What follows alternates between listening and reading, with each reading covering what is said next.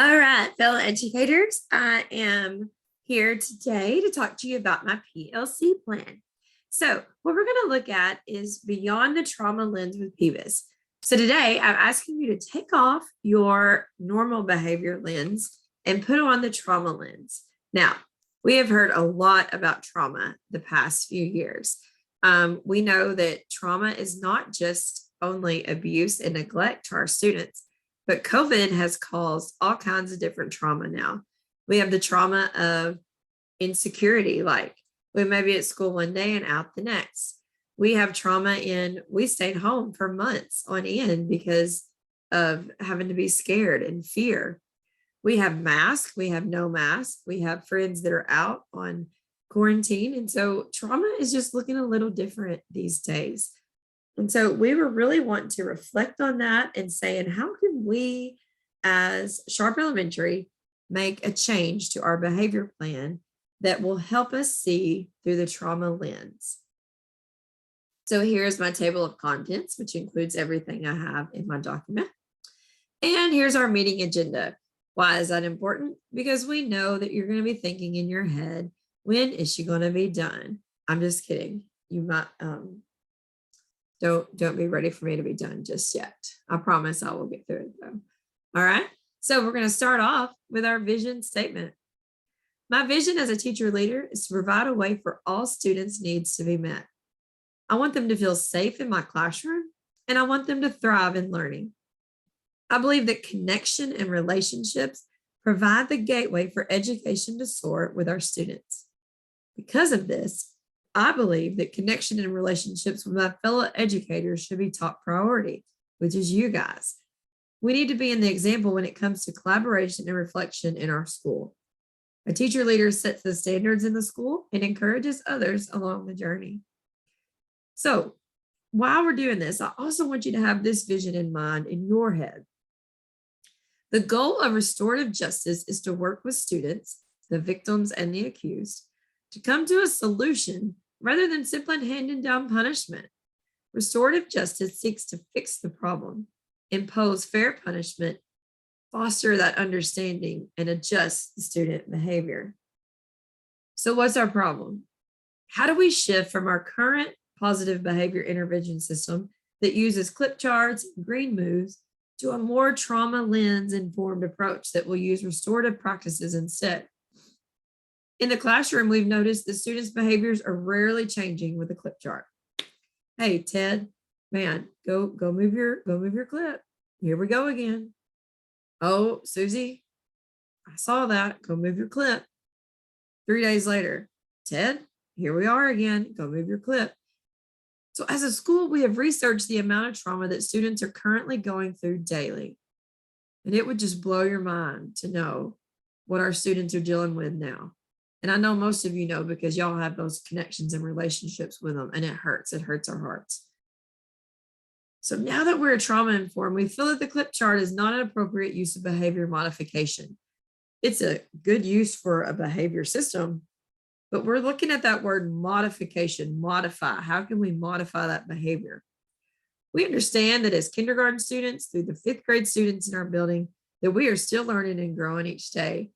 And our hope is that we reflect on our efforts in helping students to learn about how their actions can promote healthy relationship with their peers and others as they go through school and life.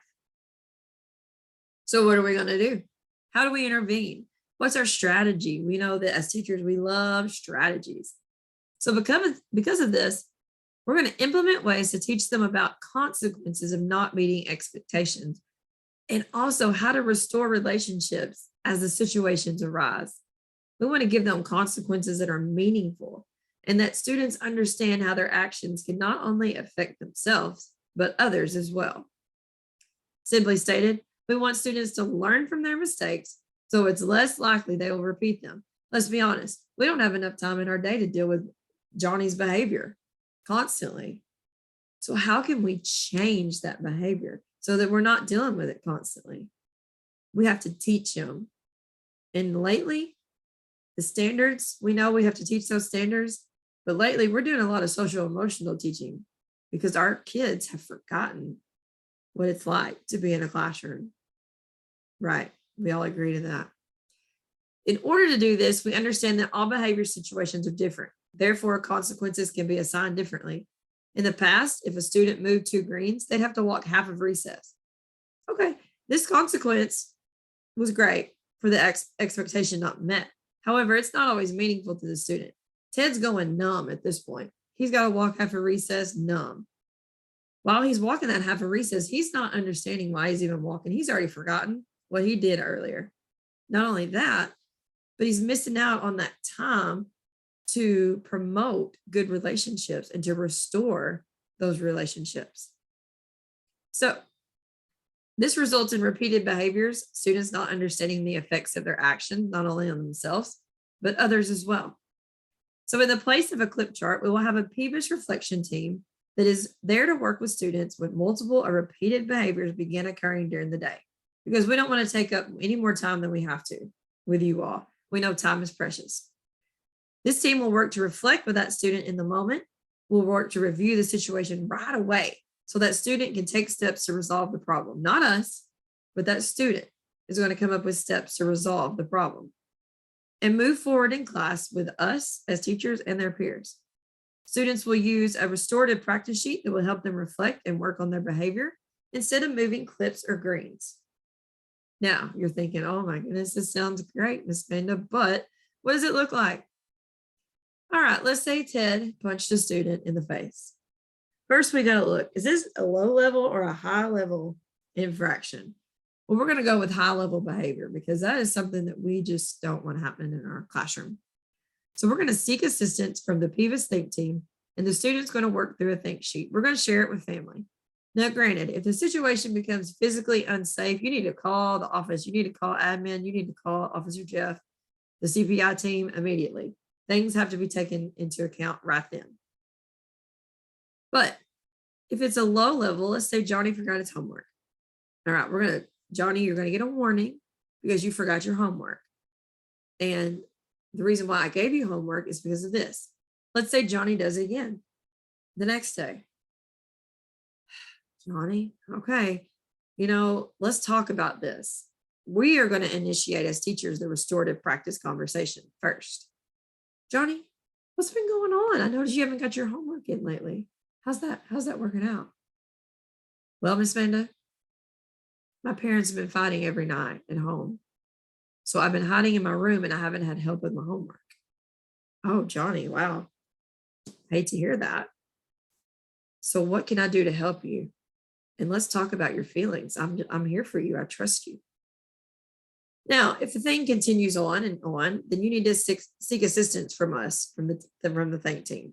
And you've got your notes in front of you with your Think team members on it with their phone numbers. Please put those in your phone. That way, even maybe start a group text in that. Just say, that way, in case a problem arises, you can just send out a text. Hey, so-and-so's having this behavior. Can you send someone from the Think team to talk with him? So always use proactive, responsive, and restorative approaches to prevent misbehaviors. Let's have a structure for success. Let's teach expectations constantly. Let's observe our students' behavior. We're going to know with our relationships and connections when Johnny's not acting right. Let's interact positively. Classroom circles, morning meetings. The connections are imperative. We have to do those. And correct with teachable moments. What could we have done differently in this situation? How do you think Susie felt when you stole her pencil and lied to her about it? Think in threes. 3 low levels over multiple days. That soon becomes a high level behavior. Let's also remember that we need to give a fresh start every 3 weeks. Some kid might be going through something, and let's look at it again in 3 weeks. Now, this paper will be sent out to parents along with our students. We're going to go over it. What's our expectation restoration chart? And I just talked to you kind of about it. First response, a verbal warning. Hey, I need you to do this. Let's put it on the chart. That way Miss Vanda can remember what you did, because I'll forget in 10 minutes. Just kidding. And the parent, for the first warning, they're not going to receive anything unless it becomes a problem. Second response. Oh my goodness, here we go again. We're going to talk with a teacher, reflect, restore. How can we resolve this? Then we probably need to send out a notification to parents, because if they don't know anything that's going on, that's what's going to happen when I call them from the think team. Hey, Susie, this is going on. Well, I haven't heard anything about it. And then so forth. Now, when your student comes to us in the think team, we're going to first start off like this. We're going to reflect a little bit. What is something positive you want your teacher to know about you? Oops. What is something positive you want your classmates to know about you? And what's some goals this week that we can set to make sure that they know these things about you? Maybe Macy likes comic books, but her classmates don't know. And maybe she can make a connection with another classmate who likes comic books. So we can say, hey, why don't you bring that in and be reading it sometime? We can share it with the class. School data. So far, we have 18 referrals to date. We've had 2 referred to small group counseling because of these referrals that came in. We've had 1 referred to a Four Rivers counselor because of the need. We've had 1 enter a behavior RTI with a check and connect plan. That way they can constantly be checked on. So here's a testimony from a teacher in our building. I was very skeptical of taking away the clip chart in my classroom. However, recently I realized how the restorative practice really works. A student was upset with another student and pushed him. With a clip chart system, I would have clipped him down, wrote him up, sent him to the office. However, using the restorative practice system, I sent him to a member of the think team. During that think team meeting, it was realized that the student was dealing with some heavy personal things at home.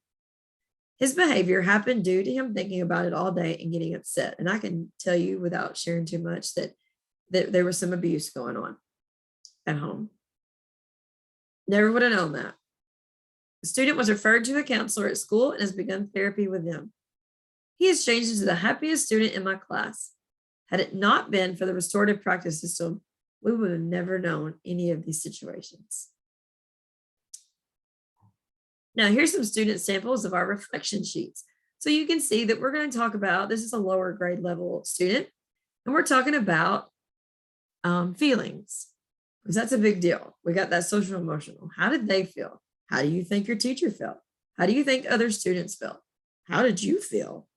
And so we go over the problem and we think about it. Here's another one. What did I do? Let's talk about that incident. How did I feel during that incident? How can I make it right? And why did I make this choice? Why was it a bad choice? And what can I do next time that'll be different? This is my reflection of how things went. And let's talk about next steps. So I know we've been hearing a lot about self-care. Yeah, go ahead and roll your eyes. I know, I see you. Staff self-care plan. Not only is trauma a big thing to our students right now, but many of us teachers have experienced a thing called secondary trauma. What that is we have also went through trauma. We had to switch from teaching how we've always done it. In the blink of an eye, we had to switch to doing something totally different in the midst of a pandemic. So to say that we have trauma is very light. We have secondary trauma as well. A lot of us have been through a school shooting together.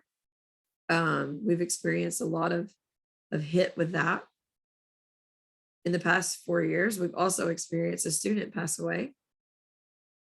And so secondary trauma is a real thing to us here at Sharp Elementary. And so a lot of us may be feeling things that we've never really felt before, and we don't know why we feel that way. And we're like, you know what, we're teachers, we're not supposed to feel this way. And I don't want to talk to anybody about it because I don't want them to know that I feel this way. So this is for your eyes only, this sheet in front of you. And it is a form that helps us recognize warning signs if we're experiencing trauma feels. And then it gives us a way to help with that. Some legit ways to help, not just, hey, take a bath tonight, go feel better. So I want you to take about 15 minutes to fill out that form. And then if you feel the need at the end to reflect, and we will share out, because not only do we need to take care of our students' behaviors and modify those, but we have to take care of the feelings that we're feeling as well. And the only way we can restore our students is by restoring ourselves in the first place. Thank you all so much. for tuning in with me to my PLC today. And if you have any questions, I will let you know.